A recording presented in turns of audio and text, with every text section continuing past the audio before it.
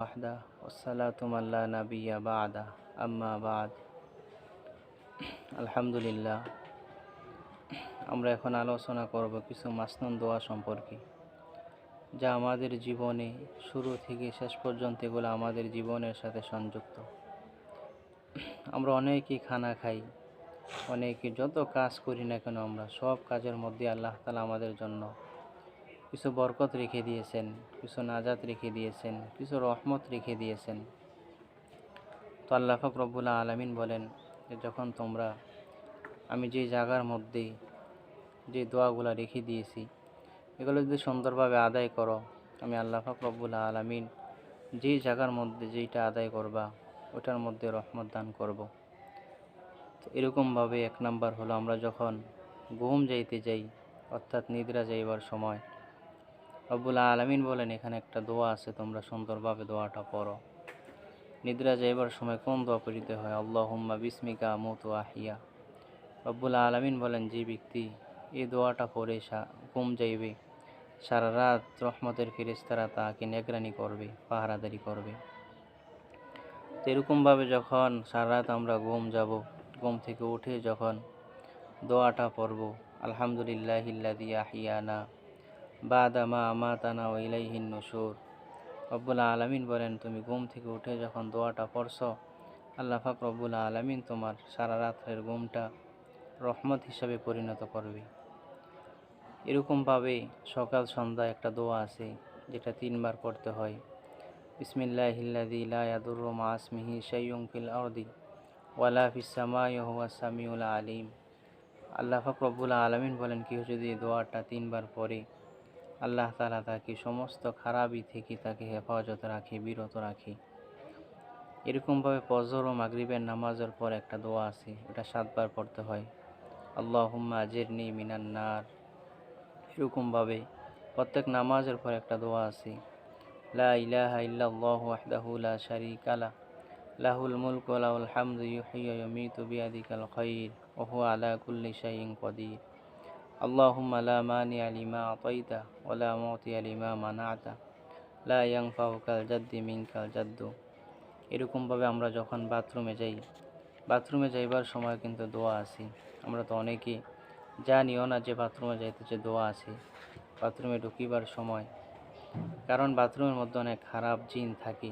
যদি দোয়াটা পড়ে ঢোকা হয় তাহলে আল্লাহ পাক রব্বুল আলামিন সমস্ত খারাপি থেকে আমাদেরকে হেফাজতে রাখবেন। বাথরুমে ঢুকিবার সময় যে দোয়া, আলহামদুলিল্লাহিল্লাযী আযহাবা আন্নিল আযা ওয়া আফানি। এরকমভাবে আজানের পরে একটা দোয়া আছে, আল্লাহুম্মা রাব্বা হাযিহিদ দাওয়াতিত তাম্মা ওয়াস সালাতিল কাইমা আতি মুহাম্মাদানিল ওয়াসিলাতা ওয়াল ফাদিলা ওয়া বা'আসহু মাকামান মাহমুদানিল্লাযী ওয়া'আদা। এরকমভাবে আমরা যখন ওযু করি, ওযুর শুরুতেও একটা দোয়া আছে, বিসমিল্লাহি ওয়ালহামদুলিল্লাহ।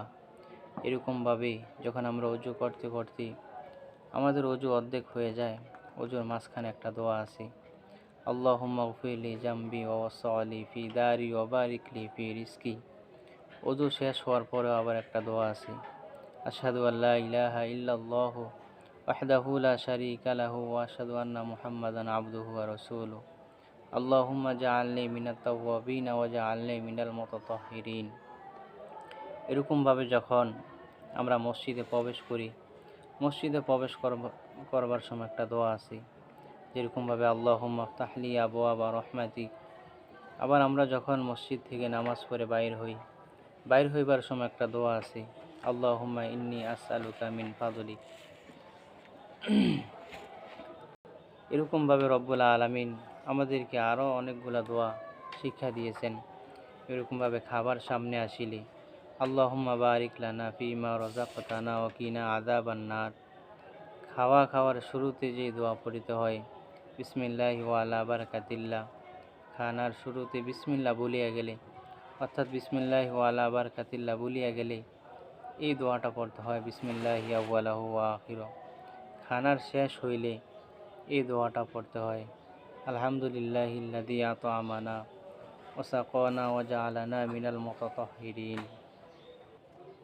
খানার শেষে যে দোয়াটা পড়তে হয়, আলহামদুলিল্লাহিল্লাযী আত'আমানা ওয়া সাকানা ওয়া জাআলানা মিনাল মুসলিমিন। এরকমভাবে যখন আমরা দোয়াগুলো আদায় করব, রব্বুল আলামিন বলেন এই দোয়ার মাধ্যমে আমি আল্লাহ পাক রব্বুল আলামিন তোমাদের যত আফত বিপদ আছে সমস্ত আফত বিপদগুলোকে আমি দূর করে নেব। এজন্য দোয়াগুলা পড়া, রব্বুল আলামিনকে রাজি খুশি করার জন্য দোয়াগুলা পড়া। আল্লাহ পাক রব্বুল আলামিন বলেন যে যখন তুমি দোয়াগুলা পড়বে তোমার যত হাজাত আছে যত জরুরত আছে আমি আল্লাহ পাক রব্বুল আলামিন এগুলাকে পুরা করে দেব।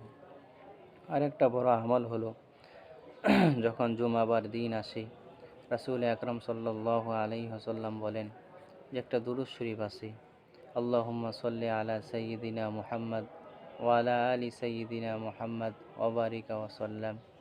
এই দোয়াটা শুক্রবার জুমাবার আসরের নামাজের পরে যে জায়গার মধ্যে তুমি নামাজ পড়বা এই নামাজের জায়গার মধ্যে তুমি ৮০ বার পড়ো।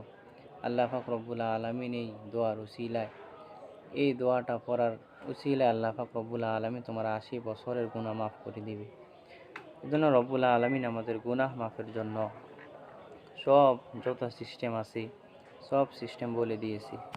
এখন আমাদের কাজ হলো রব্বুল আলামিনের কাছে শুধু তওবা করা, রব্বুল আলামিনের কাছে তওবার মাধ্যমে বিভিন্ন দোয়ার মাধ্যমে রব্বুল আলামিনের কাছে ইস্তেগফার করা, দোয়া করা।